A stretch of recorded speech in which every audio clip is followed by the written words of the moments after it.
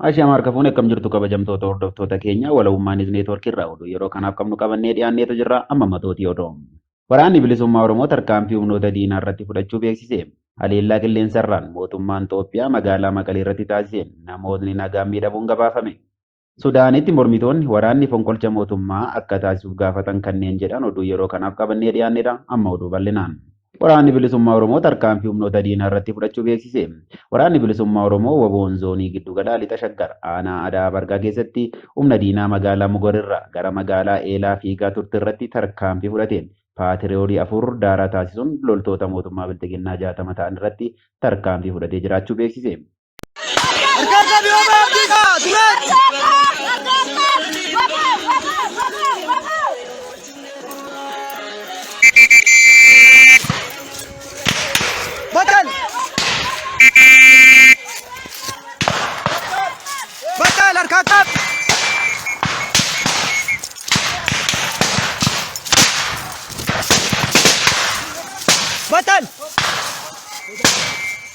Batal, hey, arkan kap.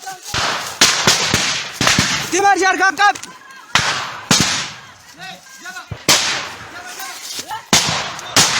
Hingga. Egat. Timar. Wabah durat. Egat. Seko. Durat, hey, arkan kap.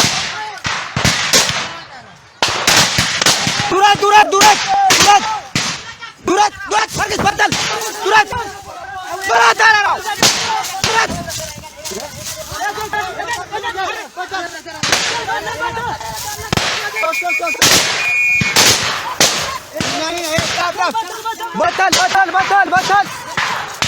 Batal. Wabah durat, batal.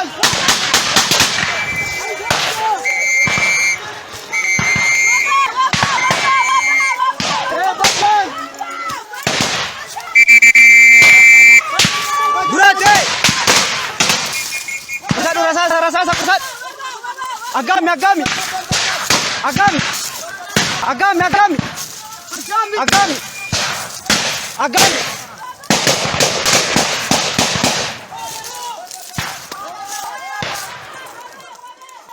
Isikat tu kami, batal. Durat, wabab di sama, durat. Jangan suka belak. Durat. Hingga. Allah Akbar.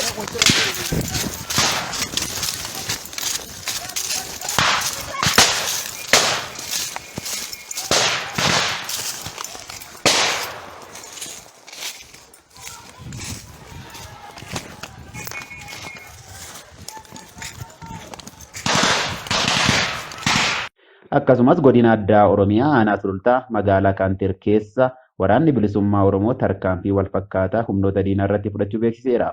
Godina Salaalee magaalaa Daawwichaa keessa humnoota diinaa ari'ee baasuun naannoo san to'annaa isaa jala galfachuu sisoomseera. Ajajaan waboo zoonichaa Jaalabdii Dhugaa tarkaanfii wal fakkaataan hanga walabummaa Oromiyaatti kan itti fufu ta'uu himuun hawaasni gama hundaan waboo cinaa akka dhaabbatu dhaamaniiru.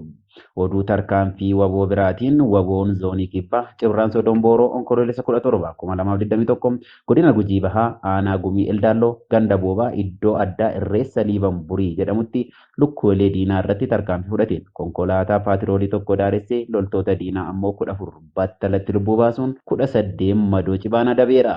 Loltoonni diinaa lola kanarratti madaa'an gara hospitaala Nageellee fi Hawaasaatti akka fudhatamanis gabaafameera.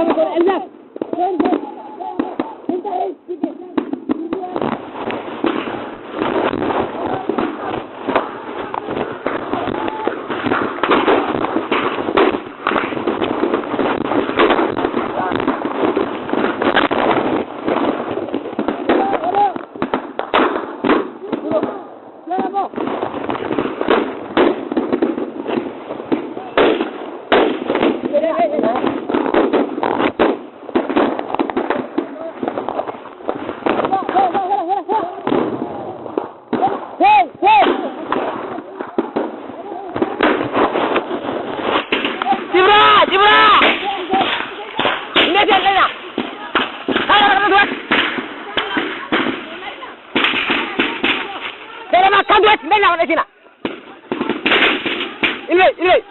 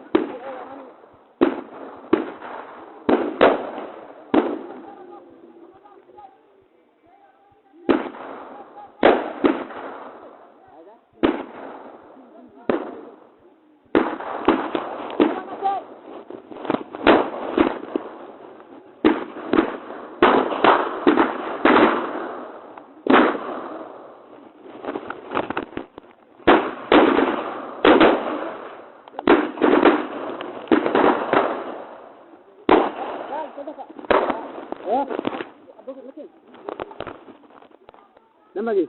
Sana ka. O tabon.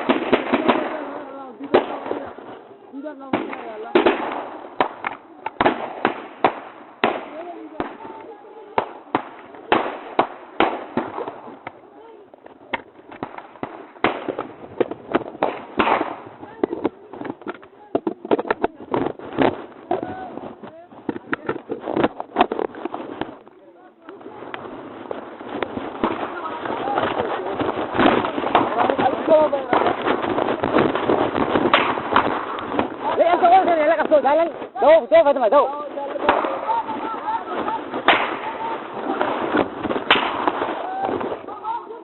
Kira, kira kalau kau ini.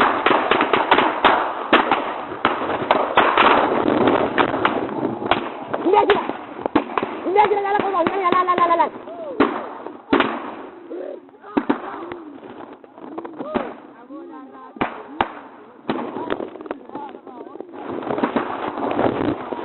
Jangan masuk, India la, jangan kau.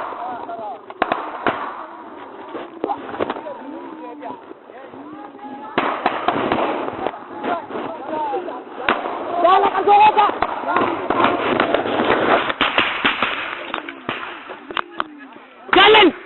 Jalan ini ada mampu nak jalan. Wah, cara harap. Kalau udah, ini itu aja. Kota halat. Murad. Ya.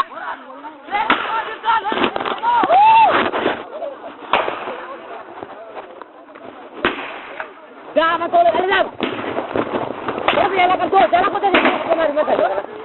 Kenapa ini ada mana tu jalan pun di sini.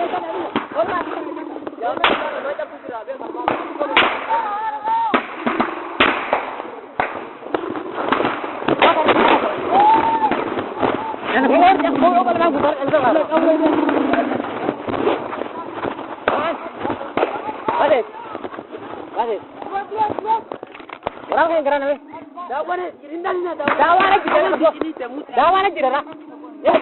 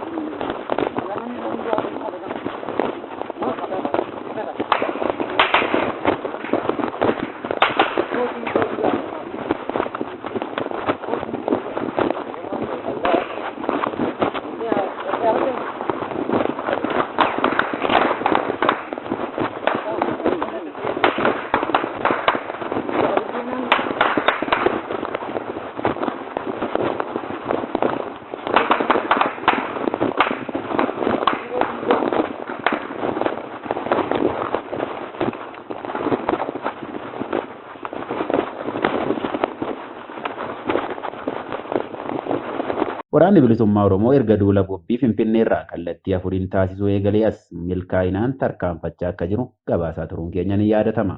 Haleellaa qilleensarraan mootummaan Itoophiyaa magaalaa Maqalee irratti taasiseen namoonni nagaan miidhamuun gabaafame. Magaalaa guddoo naannoo Tigraay kan taate Maqaleetti onkololeessa 18 2021 haleellaan qilleensarraa mootummaa Itoophiyaatiin raawwatamu maddeen garaagaraa gabaasaa jiru. Haa ta'u malee mootummaan federaalaa humnoonni isaa magaalaa Maqaleetti haleellaa raawwachuu waakkatee turus miidiyaaleen mootummaa Finfinnee irraa gabaasan haleellaan Maqalee meeshaalee qunnamtii TPL barbadeessuuf kan fudhatame ta'uu ibsanii jiru. TV'n Tigraay kan addi bilisa baasaa uummata Tigraay TPLF jalatti bulu gabaasa baaseen haleellaa qilleensarraa magaalaa Maqalee keessatti raawwatameen namoota nagaa irratti miidhaan ga'uu himeera. Hojjetaan gargaarsaa tokkoo fi diippiloomaatiin tokkos haleellaawwan xiyyaaraa Maqaleetti raawwachuu BBC'tti himaniiru. Pireezidaantiin duraanii Yuunivarsiitii Maqalee fi qondaalli ammaa olaanaa TPLF Dr. Kindayyaa Gabrahiwoot gama isaaniitiin gamoo fi manneen haleellaa raawwatameen miidhaan irra ga'ee jedhan fuula tiwiitarii isaanii irratti maxxansaniiru. Qondaalli kun haleellichi magaalittii iddoowwan lamatti raawwachuu BBC'tti himaniiru. Haleellaan jalqabaa ganama sa'aa 3 walakkaa irratti naannoo Herennaa yookaan Masaboo jedhamu qarqara magaalittii argamutti kan raawwate yoo ta'u, namoota nagaa 3 ajjeeseera jedhan. Kan lammataa lafa gabaa addi haaqii jedhamutti kan raawwatame yoo ta'u, namoota nagaa hedduu madeessuu himaniiru. Waraanni Tigraay erga eegalee jiini 11 lakkaa'ame kanaan magaalaan guddoo naannichaa haleellaa xiyyaaraan yeroo rukutamtu kun yeroo jalqabaa miti. Waraana hanga ammaatti namoonni 1000 lakkaa'aman yoo du'an miliyoona 2 ol qeerraa buqqa'uun gabaafamaa tureera. Tigraay fi naannolee ollaa Amaaraa fi Affaar keessatti walumaa galatti namoonni miliyoona 7 siqan deeggarsa namoomaa akka barbaadan dhaabbileen addunyaa garaagaraa himaniiru. Sudaanitti mormitoonni waraanni fonqolcha mootummaa akka taasisuuf gaafatan. Sudaanitti mormitoonni mootummaan ce'umsaa akka diigamuuf gaafatan hiriira ba'an. Mormitoonni Sudaan gara diimokiraasiitti akka hin ceene barbaadan sanbata daandiiwwan magaalaa Kaartum irratti hiriira gaggeessuun waraanni olaantummaa biyyattii akka fudhatu gaafataniiru.